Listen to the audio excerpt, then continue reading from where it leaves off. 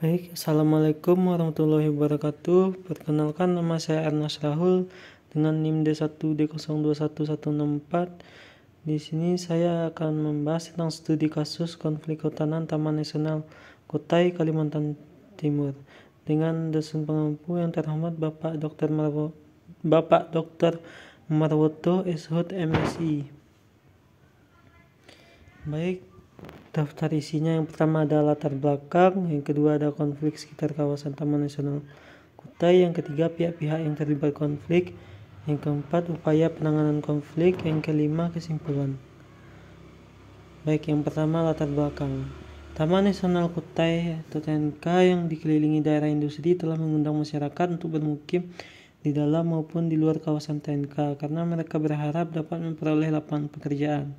Sebelum tahun 1982, yaitu saat kawasan ini ditetapkan menjadi Taman Nasional, di dalam kawasan ini telah terdapat permukiman atau enclave di beberapa tempat terpisah. Pada saat ini permukiman tersebut telah menjadi desa definitif, yaitu Desa Sangatta Selatan, Desa Singagewe, Desa Sangkima, dan Desa Tuk Pandan. Sampai dengan tahun 2002, penduduk yang bermukim di keempat desa tersebut berjumlah 19.794 orang. Baik, yang kedua ada konflik sekitar kawasan Taman Nasional Kutai. Konflik pertama itu terjadi pada tahun 1971 berdasarkan surat keputusan SK Menteri Pertanian nomor 230 KPTSUM 6/1971. Sebagian kawasan ini yaitu seluas 106.000 hektar pelepasan seluas 60.000 hektar yang diperuntukkan bagi HPH PT Kayu Mas dan sisanya seluas 46.000 hektar untuk PT Pupuk Kaltim dan PT Bada NGL. Pada tahun 1982 dalam Kongres Taman Nasional 3 sedunia di Bali, kawasan ini dideklarasikan sebagai Taman Nasional dengan luas 200.000 hektar.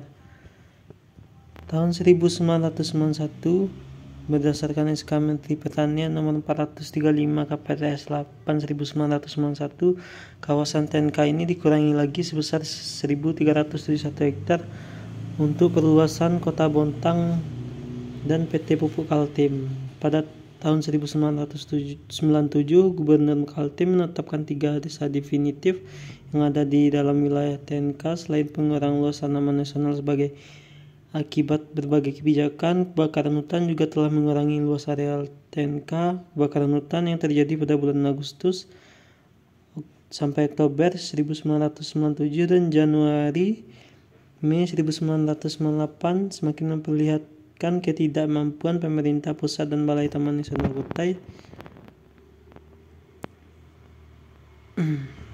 Lanjut, pada tahun 1999 pemerintah Kabupaten Kutai Timur mengusulkan perubahan sebagian areal TNK menjadi kawasan budidaya dan kehutanan atau KBNK seluas 15.700 hektar. Areal ini dicadangkan untuk relokasi desa-desa dan permukiman yang saat ini berada di dalam wilayah TNK serta untuk pembangunan ibu kota Kutai Timur, Sangatta, termasuk pembangunan lapangan udara dan pelabuhan. Pada bulan April 2000, Departemen Kehutanan dan Perkebunan menyatakan persetujuannya untuk membuat enclave yang kemudian ditindaklanjuti oleh Surat Perintah Kerja SPK Dirjen Perlindungan dan Konservasi Alam atau PKA nomor 830 DJV LH 2000. Lanjut, yang ketiga pihak-pihak yang terlibat dalam konflik. Yang pertama itu adalah Balai Taman Nasional Kutai itu sendiri. Yang kedua ada pemerintah Kabupaten Kutai Timur. Selanjutnya ada masyarakat sekitar Taman Nasional Kutai dan LSM dan Bina Kelola Lingkungan atau BIKAL dan Universitas Mula Warman. Yang keempat ada upaya penanganan konflik. Salah satu upaya dalam penyelesaian konflik kehutanan di TNK adalah dengan membuka ruang dialog dalam bentuk lokakarya yang diselenggarakan pada tanggal 28 sampai 9 April 1999 dan 22 Juli 1999. Yang kedua adalah Lokakarya. Ini juga merekomendasikan pembentukan enklave sebagai salah satu alternatif yang diyakini dapat menyelesaikan konflik, namun ternyata tim enklave sendiri mengalami kesulitan di lapangan, sehingga pada akhirnya enklave tidak dapat diselesaikan.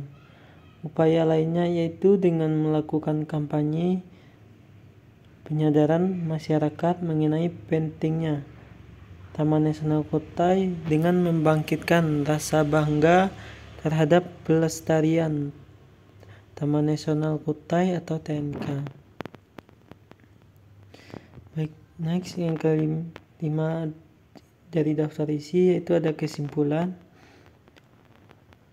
Nah, kesimpulan yang didapat dari studi kasus ini yaitu konflik yang terjadi di TNK sangat erat kaitannya dengan sejarah panjang perubahan status kawasan Taman Nasional Kutai ini. Selain itu, konflik ini terkait pula dengan sejarah permukiman di dalam kawasan Taman Nasional Kutai yang memang telah ada sebelum kawasan ini berstatus sebagai Taman Nasional. Pemicu konflik yang lain adalah kenyataan bahwa kawasan Taman Nasional ini dikelilingi oleh berbagai perusahaan besar yang menjadikannya daya tarik yang besar bagi banyak orang untuk bermukim di sekitar kawasan TNK. Pelajaran yang penting dapat kita petik dari kasus konflik di TNK adalah tanpa melibatkan masyarakat secara aktif dalam penetapan satu kawasan taman nasional, maka sudah bisa dipastikan akan terjadi berbagai perbedaan pendapat dan minimnya informasi terhadap kawasan Taman Nasional Kutai.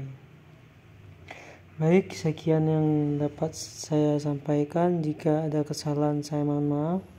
Saya tutup dengan Assalamualaikum warahmatullahi wabarakatuh. Terima kasih.